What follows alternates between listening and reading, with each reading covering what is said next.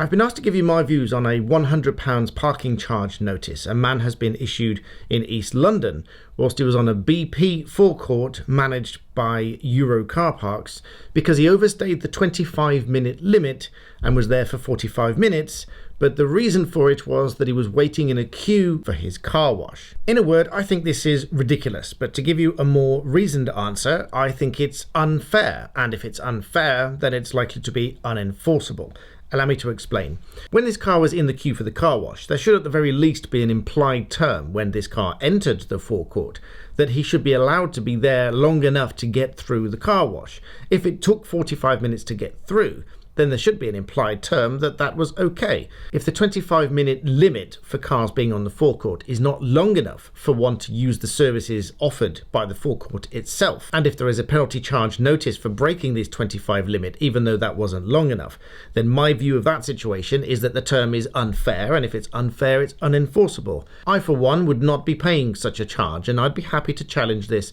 in court, putting forward the argument that I've just said. Now, of course, this can't serve as legal advice to anybody, but this is certainly what I would do. So just to restate, if I was in my car in a queue for the car wash and it took me 45 minutes and I had a parking charge notice for overstaying the 25-minute limit, even though I'd never actually parked and I was just queuing up for the car wash, I would say that there should at the very least be an implied term that I should be allowed to be there long enough to get through the car wash, and a charge issued in breach of that implied term would be unfair, thus unenforceable. That's my view. I would be happy to challenge it in court, and of course if this man doesn't pay the fine and let's say his appeal to Euro car parks fails, then their only recourse is to take him to court. And let's just say I'd be very interested to see what the judge says about this scenario when he was queuing up to use their services and they've charged him for overstaying whilst he was waiting for them to provide it. Please do keep sending me these stories. I do enjoy reading them and talking to you about them, and thank you for watching.